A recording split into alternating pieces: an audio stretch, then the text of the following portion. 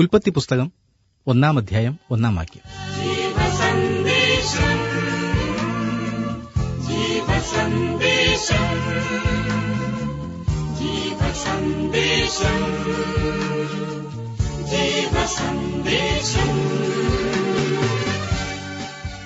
നാം കണ്ടത് പ്രപഞ്ചത്തിന്റെ ഉൽപ്പത്തിയുമായി ബന്ധപ്പെടുത്തി മനുഷ്യർ അനേകം കഥകൾ രൂപപ്പെടുത്തുവാൻ തുടങ്ങി എന്നുള്ളതാണ്. അതിൽ ഒന്ന് ഇതൊരു മായയാകുന്നു എന്നുള്ള ചിന്താഗതിയാണ്. അത് തീർച്ചയായും വസ്തുതയ്ക്ക് നിരക്കാത്തതാകുന്നു എന്ന് നാം ചിന്തിച്ചു. എന്നിട്ടും ആ സിദ്ധാന്തം മുറുകെ പിടിക്കുന്ന അനേകരുണ്ട്. വേറൊരു കൂട്ടർ വിശ്വസിക്കുന്നത് പ്രപഞ്ചം ഒന്നുമില്ലായ്കയിൽ നിന്നും പരപ്രേരണ കൂടാതെ അങ്ങനങ്ങ് ഉയർന്നു വന്നതാകുന്നു എന്നത്രേ. മറ്റൊരു ചിന്താഗതി പ്രപഞ്ചത്തിന് ഉൽപ്പത്തിയില്ല, അത് നിത്യമായിട്ടുള്ളതായിരുന്നു എന്നത്രേ. നാലാമത്തെ ചിന്താഗതി പ്രപഞ്ചം സൃഷ്ടിക്കപ്പെട്ടതാകുന്നു എന്നതത്രേ. ഈ ചിന്തയെ, അതെ, പ്രപഞ്ചം സൃഷ്ടിക്കപ്പെട്ടതാകുന്നു എന്നുള്ള ചിന്തയെ പല പല സിദ്ധാന്തങ്ങളായി വിഭജിച്ചിട്ട് പ്രപഞ്ചത്തിന്റെ ഉൽപ്പത്തിയെക്കുറിച്ചുള്ള വിശദീകരണം നൽകുവാൻ ശ്രമിക്കുന്നു. ഇത് പ്രധാനപ്പെട്ട ഒരു വിഷയം ആകുന്നു എന്ന് നമുക്കറിയാം. അനേകം നാളുകൾക്ക് മുൻപ് ലോകത്തിന്റെ വിവിധ ഭാഗങ്ങളിൽ പ്രചാരത്തിലിരുന്ന ആ സിദ്ധാന്തങ്ങളിൽ പലതും ഇക്കാലങ്ങളിൽ നമ്മുടെ നാട്ടിലൊക്കെ പുത്തൻ പുതിയ പരിഹാരങ്ങളായി പറഞ്ഞു കേൾക്കാറുണ്ട്. അതിൽ ചിലത് തന്നെ ഒന്ന് ശ്രദ്ധിക്കുവാനാണ് ഞാൻ നിങ്ങളോട് ആവശ്യപ്പെട്ടത്. ഡോക്ടർ ഹാർലോ ഷെയ്പ്ലി എന്ന മഹാൻ പറഞ്ഞത്, നാം ജീവിക്കുന്ന ഈ ലോകത്തെക്കുറിച്ച് നാം അതലസ്പർശിയായ അജ്ഞതയിൽ നിഗൂഹനം ചെയ്തിരിക്കുകയാകുന്നു എന്നത്രേ. ആ കാര്യത്തിൽ ഇതുവരെ എങ്ങും എത്തിപ്പെട്ടിട്ടില്ല എന്ന്. അദ്ദേഹത്തിന്റെ കാഴ്ചപ്പാടിൽ നാം വളരെ പുരോഗതിയൊന്നും കൈവരിച്ചിട്ടില്ല. വേറൊരു വിധത്തിൽ പറഞ്ഞാൽ, നാം ജീവിക്കുന്ന ഈ ഭൂമിയുടെ ഉൽപ്പത്തിയെക്കുറിച്ചുള്ള കാര്യത്തിൽ നാം പൂർണ്ണമായും ഇന്നും അന്ധകാരത്തിലാകുന്നു എന്ന് ചുരുക്കം. ഈ ലേഖനത്തിൽ രേഖപ്പെടുത്തിയിരുന്നത് ഭൂമിയുടെ ഉൽപ്പത്തിയുടെ രഹസ്യം കണ്ടുപിടിക്കുന്നതിന്റെ വക്കിലാണ്, തൊട്ടടുത്തെത്തിയിരിക്കുകയാണ് മനുഷ്യനെന്ന്. 1961 എഴുതപ്പെട്ട ഒരു ലേഖനമായിരുന്നു അതെന്നത് ഇന്ന് വിശ്വസിക്കുവാൻ പ്രയാസമായി തോന്നുന്നു. കാരണം അതിനുശേഷം ഇന്നോളം പുതിയതായി ഒന്നും തന്നെ പറഞ്ഞു കേട്ടിട്ടില്ല. അപ്പോൾ ഈ വക്കിൽ എന്ന് പറഞ്ഞിരിക്കുന്നത് 30 വർഷത്തിലും കൂടുതലാണോ? പരിണാമ സിദ്ധാന്തത്തിൽ പറയുന്ന ഏതെങ്കിലും ഒരു അപകട കാരണത്താൽ ജീവൻ ഉൽപ്പാദിപ്പിക്കപ്പെടുന്നതിന്റെ സാധ്യതയെ പരാമർശിച്ച് ജീവശാസ്ത്രജ്ഞനായ എഡ്വിൻ കോങ്ക്ലിൻ പറഞ്ഞത്, അങ്ങനെ ജീവൻ ഉൽപ്പാദിപ്പിക്കപ്പെടുവാൻ സാധ്യതയുണ്ടെങ്കിൽ അത് ഒരു അച്ചടിശാലയിൽ ഉണ്ടായ പൊട്ടിത്തെറിയുടെ ഫലമായി വളരെ വലിയൊരു നിഘണ്ടു പുറത്തു വന്നു എന്ന് പറയുന്ന സാധ്യതയോട് തുല്യമായിരിക്കുമെന്ന്. ഒരുപക്ഷെ ഇതിനു മുൻപും ഈ ഉദാഹരണം താങ്കൾ കേട്ടിട്ടുണ്ടാകും. ഒരു ശാസ്ത്രജ്ഞനിൽ നിന്നും അങ്ങനെ കേൾക്കുന്നത് വളരെ അശാസ്ത്രീയമായി തോന്നുന്നു എങ്കിൽ തന്നെ അതല്ലേ സത്യം? ഞാനിവിടെ വിവരിക്കുവാൻ പോയാൽ വളരെയധികം സിദ്ധാന്തങ്ങൾ പ്രപഞ്ചത്തിന്റെ ഉൽപ്പത്തിയെയും ജീവന്റെ ഉൽപ്പത്തിയെയും ഒക്കെ സംബന്ധിച്ച് പറയുവാൻ സാധിക്കും. അവയുടെ ഏതെങ്കിലുമൊക്കെ രൂപങ്ങൾ താങ്കളും കേൾക്കുന്നുണ്ടാകും. ഈ പറയുന്ന സിദ്ധാന്തങ്ങളെല്ലാം പൊട്ടത്തെറ്റാകുന്നു എന്നല്ല ഞാൻ സമർത്ഥിക്കുന്നത് സുഹൃത്തെ. പിന്നെയോ നമ്മുടെ പ്രശ്നത്തിന് പരിഹാരമാകുന്നില്ല എന്ന് മാത്രം. പറയുന്നതിനകത്ത് എന്തെങ്കിലുമൊക്കെ കാര്യമുണ്ടായേക്കാം, എന്നാൽ അത് നമ്മുടെ പ്രശ്നത്തിന് പരിഹാരമാകുന്നില്ല. അനുമാനങ്ങളാണവ മിക്കതും. അതുകൊണ്ടാണ് തമ്മിൽ ശാസ്ത്രജ്ഞന്മാർ സമ്മതിക്കാത്തതും. പരിണാമ സിദ്ധാന്തത്തിൽ തന്നെ ശാസ്ത്രജ്ഞന്മാരുടെ ഇടയിൽ ഏകാഭിപ്രായമില്ല എന്നോർക്കണം. ഇംഗ്ലണ്ടിൽ നിന്നുള്ള G.A. കെർക്കട്ട് എന്ന ശാസ്ത്രജ്ഞന്റെ വാക്കുകൾ, അനേകം ജീവനുള്ള ജന്തുക്കളെ കുറെ കാലത്തേക്ക് നിരീക്ഷിക്കുകയാണെങ്കിൽ അത് വിവിധങ്ങളായുള്ള വ്യതിയാനങ്ങളിലൂടെ പോയി പുതിയ വംശം രൂപപ്പെടുന്നതായുള്ള ഒരു സിദ്ധാന്തമുണ്ട്. ഇതിനെ പ്രത്യേക പരിണാമ സിദ്ധാന്തം എന്ന് പറയാവുന്നതാണ്. ഇതിനെ ചില സാഹചര്യങ്ങളിൽ പരീക്ഷണങ്ങളിലൂടെ വെളിവാക്കാവുന്നതാണ്. അതേസമയം തന്നെ ലോകത്തിൽ ജീവനുള്ള സകല വസ്തുക്കളും ഒരൊറ്റ ഉറവിടത്തിൽ നിന്നും വന്നതാണെന്നും ആ ഒരെണ്ണം തന്നെ നിർജീവ വിഷയകമായ ഒന്നാകുന്നു എന്നുമുള്ള വേറൊരു സിദ്ധാന്തമുണ്ട്. ഇതിനെ പൊതുവായ പരിണാമ സിദ്ധാന്തം എന്ന് വിളിക്കാവുന്നതാണ്. ഇതിനെ പിന്താങ്ങുന്ന തെളിവുകൾ ഇതൊരു പ്രവർത്തനത്തിനു വേണ്ടി മാത്രമുള്ള സാങ്കല്പിക സിദ്ധാന്തം എന്നതിലുപരി ഇതിനെ കണക്കാക്കുവാൻ ശക്തമല്ല. ഇത് പറഞ്ഞ വ്യക്തി ഒരു പരിണാമ സിദ്ധാന്തവാദിയാണെന്ന വസ്തുത മറക്കരുത്. വളരെയധികം പരീക്ഷണങ്ങൾക്ക് ശേഷം പരിണാമ സിദ്ധാന്തവാദിയായിരുന്ന ഒരു സ്വീഡിഷ് ശാസ്ത്രജ്ഞൻ ഡോക്ടർ എച്ച് നിൽസോൺ ഇപ്രകാരം പറഞ്ഞു: പരിണാമം എന്ന ആശയം തികച്ചും വിശ്വാസം ഒന്നിൽ മാത്രമാണ് അധിഷ്ഠിതമായിരിക്കുന്നത് എന്ന്. ഞാൻ പറയട്ടെ സുഹൃത്തെ, മതത്തിന്റെ വലയത്തിലേക്കാണ് ഈ ശാസ്ത്രജ്ഞൻ നീങ്ങിക്കൊണ്ടിരിക്കുന്നത്. ഒരു പരിണാമ സിദ്ധാന്തവാദിയായിരിക്കെ എന്നാൽ താങ്കൾ അത് വിശ്വാസത്താൽ അംഗീകരിക്കണമെന്നത്രേ. പരിണാമം അനുമാനമാകുന്നു, അത് അങ്ങനെയായിരുന്നു. എന്നാൽ ഒരു നിർഭാഗ്യമെന്ന് പറയട്ടെ, ഒരു വലിയ പങ്കാളുകൾ അത് വസ്തുതയായി അംഗീകരിച്ചു കഴിഞ്ഞു. അനുമാനത്തെ വസ്തുതയായി അംഗീകരിച്ചു കഴിഞ്ഞു. നമ്മുടെ ഈ കാലങ്ങളിൽ ഒരു കൂട്ടം വേദശാസ്ത്രജ്ഞന്മാർ ഒരുതരം അനുരഞ്ജനം നടത്തി. പരിണാമവാദികളുടെ കൂടെ കൂടിയവർ അവർ അംഗീകരിച്ചിരിക്കുന്നതിന്റെ പേര് ദൈവവിശ്വാസമുള്ള പരിണാമം എന്നത്രേ. ദൈവവിശ്വാസമുള്ള പരിണാമം അങ്ങനെ അംഗീകരിക്കുന്നതിനാൽ അനേകം പരാജയങ്ങളുള്ളതായി പലപ്പോഴും പലരും മനസ്സിലാക്കുന്നില്ല എന്നത് അത്ഭുതമായി തോന്നാറുണ്ട്. സൃഷ്ടാവ് ഉപയോഗിച്ച മാർഗം പരിണാമമാകുന്നു എന്ന് ഒരു ദൈവവിശ്വാസി അംഗീകരിക്കുമ്പോൾ ആ ആശയവുമായി എത്ര മുൻപോട്ടു പോകുവാനും അവൻ തയ്യാറാകണം. അങ്ങനെ വരുമ്പോൾ ആ പരിണാമം ഇപ്പോഴത്തെ അവസ്ഥ കൊണ്ട് അവസാനിക്കുന്നില്ല, അത് തുടർന്നുകൊണ്ടേയിരിക്കും. അത് നാം കാത്തിരിക്കുന്ന തേജസ്സേറിയ ഭാവിയെയും ബാധിക്കും എന്ന് മറക്കരുത്. അതുമാത്രമല്ല, സൃഷ്ടിപ്പിന്റെ ഘട്ടങ്ങളായ പരിണാമത്തിൽ അസാധാരണ കൈകടത്തലുകൾ ഒന്നും ഉണ്ടാകുവാൻ പാടില്ല എന്ന് പറഞ്ഞാൽ ദൈവികമായ പ്രവർത്തനങ്ങൾ ഒന്നും പാടില്ല, എല്ലാം സ്വാഭാവികമായി വന്നുകൊണ്ടേയിരിക്കും എന്നല്ലേ. സിദ്ധാന്തങ്ങളിൽ വെച്ച് ഏറ്റവും അവാസ്തവികമായിട്ടുള്ളതാണ് ഈ പറഞ്ഞ ദൈവത്തെ ഉൾപ്പെടുത്തിയുള്ള പരിണാമവാദം. ഏതെങ്കിലും വിധത്തിൽ അതിനോട് യോജിക്കാമെന്ന് താങ്കൾ കരുതുന്ന പക്ഷം കൂടുതൽ ദോഷമേ അത് ചെയ്യൂ. ലോകത്തിന് അംഗീകരിക്കാവുന്നതിനോട് ചേരുകയും അതേസമയം ദൈവത്തിൽ വിശ്വസിക്കുന്നു എന്ന് പറയുകയും ചെയ്യുന്നത് പ്രയോജനമില്ലാത്ത പോക്കാണ്. അപകടത്തിൽ മാത്രമേ ചെന്ന് ചാടൂ. ബുദ്ധിശാലികളായ മനുഷ്യരുടെ മനസ്സിൽ ഇക്കാലങ്ങളിൽ വളരെയധികം തെറ്റായ അറിവുകൾ കടന്നുകൂടിയിട്ടുണ്ട്. ഞാനൊരു ഉദാഹരണം പറയാം. ഒരു മാസികയിൽ വന്നതായ ഒരു ചോദ്യം ഇപ്രകാരമായിരുന്നു: ബൈബിളിൽ രേഖപ്പെടുത്തിയിട്ടുള്ളത് വെച്ച് നോക്കിയാൽ ലോകസൃഷ്ടിയുടെ തീയതി എന്നായിരിക്കും? അതിനുള്ള ഉത്തരവും അവിടെ തന്നെ കൊടുത്തിരുന്നു.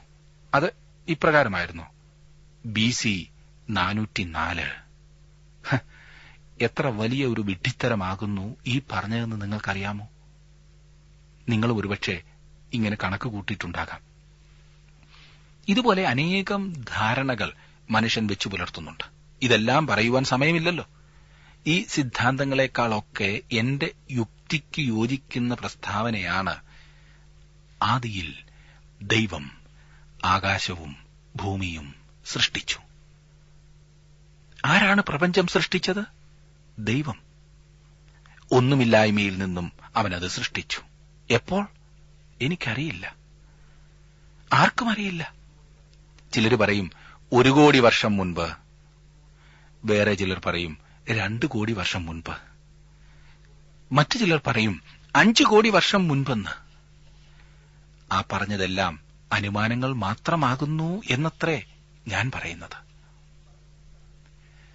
ഈ പറഞ്ഞതിനേക്കാളും വളരെ മുൻപ് പ്രപഞ്ചം സൃഷ്ടിക്കപ്പെട്ടു എന്നത്രേ ഞാൻ വിശ്വസിക്കുന്നത്. ദൈവം നിത്യതയുടെ ദൈവമാകുന്നു എന്ന് സുഹൃത്തെ പ്രത്യേകം ഓർത്തിരിക്കുക. കോടാനുകോടി വർഷം മുൻപ് അവിടുന്ന് എന്ത് ചെയ്യുകയായിരുന്നു എന്നാണ് താങ്കൾ കരുതുന്നത്? താങ്കളും ഞാനും ഉണ്ടാകുന്നത് വരെ കാത്തിരിക്കുകയായിരുന്നോ? ഒരിക്കലുമല്ല. അവൻ വളരെയധികം വ്യാപൃതനായിരുന്നിരിക്കണം. വളരെ നാളത്തെ പരിശ്രമം ആയിരിക്കുമല്ലോ ഈ സൃഷ്ടിപ്പ് തന്നെ. അവിടുന്ന് നമ്മോട് അധികമൊന്നും പറഞ്ഞില്ല എന്നതോർക്കണം. തനിക്കറിയാവുന്നതിൽ കൂടുതൽ അറിയാമെന്നുള്ളത് ഭൂമിയിലെ ചെറിയ മനുഷ്യരായ നമ്മുടെ നിഗമനം മാത്രമാകുന്നു. നമുക്കെന്ത് ചെയ്യുവാൻ സാധിക്കും സുഹൃത്തെ? ഒരു ചെറിയ നക്ഷത്രത്തെ ചലിപ്പിക്കാൻ ഒക്കുമോ? ക്രിസ്മസ് ടൈമിൽ നാം കെട്ടിത്തൂക്കുന്ന നക്ഷത്രത്തെ ചലിപ്പിക്കാമോ എന്നല്ല ഞാൻ ചോദിച്ചത്. ഒരു ചെറിയ ഇല അതുപോലെ ഉണ്ടാക്കുവാൻ കഴിയുമോ? നമ്മുടെ ദൈനംദിന കാര്യങ്ങൾ പോലും പൂർണ്ണമായി നമുക്ക് മനസ്സിലാക്കുവാൻ കഴിയുന്നില്ല. പിന്നെ നിത്യതയുടെ കാര്യത്തെക്കുറിച്ച് വ്യാകുലപ്പെടാതിരിക്കുകയല്ലേ നല്ലത്? നമ്മുടെ ബലഹീനതയെ മനസ്സിലാക്കുന്നതാണ് നമ്മുടെ ബലം. അതോർക്കുമ്പോൾ ഈ അതിമഹത്തായ പ്രസ്താവന അംഗീകരിക്കുവാൻ നാം നിർബന്ധിതരാകുന്നു. ആദിയിൽ ദൈവം ആകാശവും ഭൂമിയും സൃഷ്ടിച്ചു. സങ്കീർത്തനക്കാരനോട് ചേർന്ന് നമുക്കും അവന്റെ ആകാശത്തെയും അവന്റെ വിരലുകളുടെ പണിയെയും അവനുണ്ടാക്കിയ ചന്ദ്രനെയും നക്ഷത്രങ്ങളെയും ഒന്ന് നോക്കാം. അങ്ങനെ നമുക്ക് മനസ്സിലാക്കുവാൻ കഴിയും, ആകാശം ദൈവത്തിന്റെ മഹത്വത്തെ വർണ്ണിക്കുന്നു, ആകാശവിധാനം അവന്റെ കൈവേലയെ പ്രസിദ്ധമാക്കുന്നു എന്ന്. ആ സൃഷ്ടാവിനെ ആരാധിക്കുന്നത്, അവനെ ഓർക്കുന്നത് എത്ര അനുഗ്രഹിക്കപ്പെട്ട അവസ്ഥയാകുന്നു എന്ന് നിങ്ങൾ ഓർക്കണം. അപ്പോസ്തലനായ വിശുദ്ധ പൗലോസ് റോമർക്ക് ലേഖനം എഴുതിയപ്പോൾ ഇപ്രകാരം എഴുതി: അവന്റെ നിത്യശക്തിയും ദിവ്യത്വവുമായി അവന്റെ അദൃശ്യ ലക്ഷണങ്ങൾ ലോക സൃഷ്ടി മുതൽ അവന്റെ പ്രവൃത്തികളാൽ ബുദ്ധിക്ക് തെളിവായി വെളിപ്പെട്ടു വരുന്നു. അവർക്ക് പ്രതിവാദം ഇല്ലാതിരിക്കേണ്ടതിന് തന്നെ. റോമാലേഖനം 1:20 എബ്രായ ലേഖകൻ പറയുന്നത്, ഈ കാണുന്ന ലോകത്തിന് ദൃശ്യമായതല്ല കാരണമെന്ന് വരുമാറ് ലോകം ദൈവത്തിന്റെ വചനത്താൽ നിർമ്മിക്കപ്പെട്ടു എന്ന് നാം വിശ്വാസത്താൽ അറിയുന്നു. സൃഷ്ടിപ്പ് നാം വിശ്വാസത്താൽ അംഗീകരിക്കണം. ഒന്നുമില്ലായ്മയിൽ നിന്നും എന്തെങ്കിലും ഉണ്ടാക്കുവാൻ കഴിയുന്നത് എങ്ങനെയെന്ന് ശാസ്ത്രത്തിന് പോലും നമ്മോട് പറയുവാൻ സാധ്യമല്ല. എന്നാൽ ദൈവം പ്രത്യക്ഷത്തിൽ അങ്ങനെയാണ് ചെയ്തത്. ഇത് എന്നാകുന്നു സൃഷ്ടിക്കപ്പെട്ടതെന്ന് ഇന്ന് മനുഷ്യന് പറയുക സാധ്യമല്ല. ഉൽപ്പത്തി പുസ്തകത്തിലെ സൃഷ്ടിയുടെ രേഖയും ഇതേ വിഷയത്തിലുള്ള മറ്റ് രേഖകളും തമ്മിൽ തുലനം ചെയ്യുമ്പോൾ തമ്മിലുള്ള വ്യത്യാസം ഭയങ്കരമാണ്. അത് അപാരമാണ്. ഒട്ടുമുക്കാലും രാഷ്ട്രങ്ങൾക്കും മതങ്ങൾക്കും സൃഷ്ടിപ്പിനെക്കുറിച്ചുള്ളൊരു ഐതിഹ്യം ഉണ്ടാകും. രസമതല്ല, അങ്ങനെയുള്ള ഐതിഹ്യങ്ങൾ മിക്കവാറും ഉൽപ്പത്തി പുസ്തകത്തിലെ രേഖയുടെ ഒരു വ്യതിചലനമായിരിക്കും, തെറ്റായിട്ടുള്ള ഒരു രൂപം മാത്രമായിരിക്കും. ഉദാഹരണത്തിന്, സൃഷ്ടിപ്പിനെക്കുറിച്ച് രേഖപ്പെടുത്തിയിരിക്കുന്ന ബാബിലോന്യ തകിടുകൾ നമുക്ക് കാണുവാൻ സാധിക്കുന്ന മതേതര രേഖകളിൽ ഏറ്റവും നല്ലതാണ്. ചില വിപരീതത്വം ഒന്ന് ശ്രദ്ധിച്ചാലും, ബാബിലോന്യ രേഖ അലങ്കോലത്തിലാണ് ആരംഭിക്കുന്നത്. എന്നാൽ ബൈബിളിലെ രേഖ അപസ്വരങ്ങളില്ലാതെ ആരംഭിക്കുന്നത് നമുക്ക് കാണുവാൻ കഴിയും. അതെ, പൂർണ്ണതയോടെ. ആദിയിൽ ദൈവം ആകാശവും ഭൂമിയും സൃഷ്ടിച്ചു. ബാബിലോന്യ രേഖയിൽ ജ്യോതിർഗോളങ്ങൾ ദൈവങ്ങളാണ്. എന്നാൽ വിശുദ്ധ ബൈബിളിൽ അവ വെറും പദാർത്ഥങ്ങൾ മാത്രമാണ്. അവയ്ക്ക് എങ്ങനെ ദിവ്യത്വം കൊടുക്കുവാൻ സാധിക്കും? ബാബിലോന്യ രേഖയിൽ ഒരു ബഹുദൈവ വിശ്വാസമാകുന്നു കാണുന്നതെങ്കിൽ ഏകദൈവ വിശ്വാസം എന്ന സത്യമത്രേ ബൈബിളിൽ നാം കാണുന്നത്. പ്രപഞ്ചം ഒരു വിദഗ്ധനായ ശില്പിയുടെ കൈവേല മാത്രമാകുന്നു എന്ന് ബാബിലോന്യ രേഖ സമർത്ഥിക്കുമ്പോൾ വിശുദ്ധ ബൈബിൾ പറയുന്നത്, ദൈവം കൽപ്പിച്ചു പ്രപഞ്ചം ഉളവായി എന്നത്രേ. ബാബിലോന്യ രേഖ അതിലെ ബാലിശത്വവും അവലക്ഷണവും വ്യക്തമാക്കുമ്പോൾ പരിശുദ്ധനും രക്ഷകനുമായ സൃഷ്ടാവായ ദൈവത്തിന്റെ പ്രൗഢവും പാവനവുമായ യാഥാർത്ഥ്യങ്ങളെ വിശുദ്ധ ബൈബിൾ വരച്ചു കാട്ടുന്നു.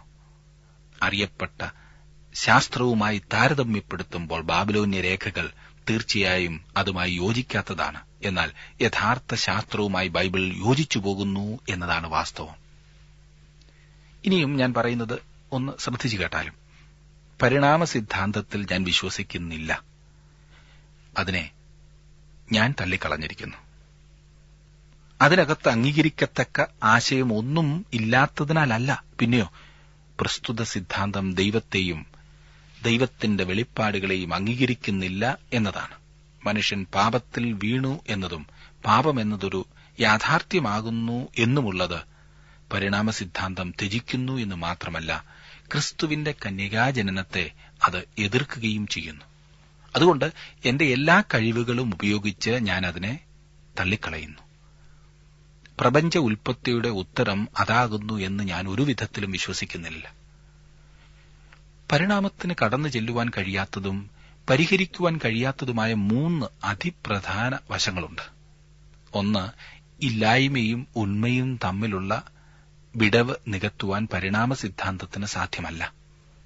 എന്തെങ്കിലും ഒരു വസ്തുവിൽ നിന്ന് ജീവനിലേക്കുള്ള വിടവ് നികത്തുവാനും പരിണാമ സിദ്ധാന്തത്തിന് കഴിയുന്നില്ല. ജീവനും മനുഷ്യവർഗവും തമ്മിലുള്ള വിടവ് നികത്തുവാനും പരിണാമത്തിന് കഴിയുകയില്ല. മനുഷ്യവർഗം എന്നതുകൊണ്ട് ഞാൻ അർത്ഥമാക്കിയത് സ്വതന്ത്രമായ ഇച്ഛാശക്തിയോടുകൂടിയ ആത്മബോധമുള്ള മനുഷ്യജീവിതമാകുന്നു. സ്വതന്ത്രമായ ഇച്ഛാശക്തിയോടുകൂടിയ ആത്മബോധമുള്ള മനുഷ്യജീവിതം. ഈ വിഷയത്തിൽ ഇതിൽ കൂടുതൽ ഒരു വിവരണത്തിന് എനിക്ക് സമയമില്ല. വാസ്തവത്തിൽ മൂന്നാമത് വേറൊരു ചോദ്യം അല്ലെങ്കിൽ സംശയം ഉയർന്നു വരാവുന്നത് നമുക്കൊന്ന് ചിന്തിക്കാം. അപ്പോൾ താങ്കൾ ചോദിച്ചേക്കാം, ഇത് കേട്ടിട്ട് തോന്നുന്നുവല്ലോ 2 സംശയങ്ങൾക്കും മറുപടി തന്നെന്ന്. അതത്രേ ഞാൻ ഇതുവരെ ചെയ്തുകൊണ്ടിരുന്നത്. ആരാണ് ഇതെല്ലാം സൃഷ്ടിച്ചത്? എന്നാണ് ഇതെല്ലാം സൃഷ്ടിച്ചത്? ഇനിയും ചോദിക്കുന്ന സംശയം എന്തെന്നാൽ, എന്തിനാണ് അവൻ സൃഷ്ടിച്ചത്? അങ്ങനൊരു ചോദ്യം വാസ്തവത്തിൽ താഴെ വരെ ഇറങ്ങുന്നത് തന്നെയാണ്. വളരെ പ്രധാനപ്പെട്ട ഒരു ചോദ്യം തന്നെ. നമ്മെ കുഴയ്ക്കുകയില്ല എന്ന് വിശ്വസിക്കുന്നു. ദൈവവചനം പറയുന്നത് ഈ പ്രപഞ്ചം ദൈവം സൃഷ്ടിച്ചത് തന്റെ സന്തോഷത്തിനു വേണ്ടിയാകുന്നു എന്നത്രേ. ഇത് സൃഷ്ടിക്കേണ്ടത് യുക്തമെന്ന് ദൈവം കണ്ടു. അവൻ ഇതിൽ പ്രമോദം കണ്ടെത്തി. ബൈബിളിലെ ഒടുവിലത്തെ പുസ്തകത്തിൽ നാം ഈ വാക്കുകൾ കാണുന്നു: കർത്താവേ, നീ സർവവും സൃഷ്ടിച്ചവനും എല്ലാം നിന്റെ ഇഷ്ടം ഹേതുവാൽ ഉണ്ടായതും സൃഷ്ടിക്കപ്പെട്ടതുമാകയാൽ മഹത്വവും ബഹുമാനവും ശക്തിയും കൈക്കൊള്ളുവാൻ യോഗ്യൻ എന്ന് പറഞ്ഞും കൊണ്ട് തങ്ങളുടെ കിരീടങ്ങളെ സിംഹാസനത്തിനു മുൻപിൽ ഇടും. വെളിപ്പാട് പുസ്തകം 4-ാം അധ്യായത്തിന്റെ 11-ാം വാക്യമാണ് ഞാൻ വായിച്ചത്. അവൻ ഇതെല്ലാം സൃഷ്ടിച്ചത്, ഇതെല്ലാം സൃഷ്ടിക്കണമെന്നുള്ളത് അവന്റെ ആഗ്രഹം ആയിരുന്നതിനാലാണ്. അവന്റെ സന്തോഷത്തിനായി അവൻ ഇതെല്ലാം ചെയ്തു. ഈ പ്രപഞ്ചം ഒരുപക്ഷെ താങ്കൾക്ക് ഇഷ്ടമില്ലായിരിക്കും, എന്നാൽ ദൈവത്തിനിത് ഇഷ്ടമാകുന്നു. സുഹൃത്തെ, തന്റെ പ്രപഞ്ചത്തിൽ ഞാൻ അധിവസിക്കുന്ന ഈ ചെറിയ ഭൂമിയെ എവിടെ നിർത്താനാണ് ഞാൻ ആഗ്രഹിക്കുന്നതെന്ന് ദൈവം എന്നോട് ഒരിക്കലും ചോദിച്ചില്ല. വാസ്തവത്തിൽ ഞാൻ കേരളത്തിൽ ജനിക്കാൻ ആഗ്രഹിക്കുന്നുവോ ഇല്ലയോ എന്നുപോലും ദൈവം എന്നോട് ചോദിച്ചില്ല. അങ്ങനെ ചോദിച്ചിരുന്നെങ്കിലത്തെ സ്ഥിതിയെക്കുറിച്ച് താങ്കൾക്ക് ഊഹിക്കാമല്ലോ. എന്റെ കാര്യം പോലും എന്നോട് ചോദിച്ചില്ല എന്ന് പറഞ്ഞാലത്തെ അവസ്ഥ ഒന്ന് ചിന്തിക്കൂ. അനീതിയായിപ്പോയി എന്നാണോ താങ്കൾ കരുതുന്നത്? എന്നാൽ ഞാൻ പറയാം, ഈ പ്രപഞ്ചം തന്റെ സന്തോഷത്തിനു വേണ്ടിയാണ് ദൈവം സൃഷ്ടിച്ചത്. സൃഷ്ടിക്കുന്നത് യുക്തമാണെന്ന് അവന് മനസ്സിലായി. അങ്ങനെ ചെയ്യുന്നതിൽ അവിടുന്ന് പ്രമോദിച്ചു. ഈ പ്രപഞ്ചം ദൈവം സൃഷ്ടിച്ചതിന്റെ 2ാമത്തെ കാരണം തന്റെ സ്വന്തം മഹത്വത്തിനു വേണ്ടിയായിരുന്നു. ആദ്യ സൃഷ്ടി സൃഷ്ടാവിന്റെ സ്തുതികൾ ആലപിച്ചത് ഓർക്കുന്നോ?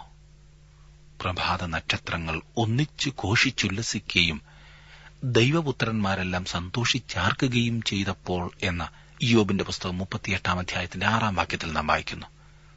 അവിടുത്തെ മഹത്വത്തിനായിട്ടാണ് ഇതെല്ലാം സൃഷ്ടിച്ചത്. യെശയ്യാവിന്റെ പ്രവചനത്തിൽ ഈ വാക്കുകൾ രേഖപ്പെടുത്തിയിരിക്കുന്നു. യെശയ്യാപ്രവചനം 43-ാം അധ്യായത്തിന്റെ 7-ാം വാക്യം: എന്റെ മഹത്വത്തിനായി സൃഷ്ടിച്ച് നിർമ്മിച്ച് ഉണ്ടാക്കിയും ഇരിക്കുന്ന ഏവരെയും കൊണ്ടുവരിക എന്ന് ഞാൻ കൽപ്പിക്കും. തന്റെ സ്വന്തം മഹത്വത്തിനായി ദൈവം ഈ പ്രപഞ്ചം സൃഷ്ടിച്ചു. മനുഷ്യവർഗത്തെ ഈ പ്രപഞ്ചത്തിൽ ദൈവം സൃഷ്ടിച്ചത് കൂട്ടായ്മയ്ക്കാകുന്നു എന്നും കൂടി ദൈവവചനം പറയുന്നു. മനുഷ്യവർഗത്തോട് കൂട്ടായ്മ ഉണ്ടായിരിക്കുവാൻ ദൈവം ആഗ്രഹിച്ചു. അതുകൊണ്ട് മനുഷ്യനെ സ്വതന്ത്ര സദാചാരബോധമുള്ളവനായി ദൈവം സൃഷ്ടിച്ചു. ദൈവത്തിന് വേണമായിരുന്നെങ്കിൽ ഒരു പറ്റം യന്ത്രമനുഷ്യരെ ഉണ്ടാക്കാമായിരുന്നു.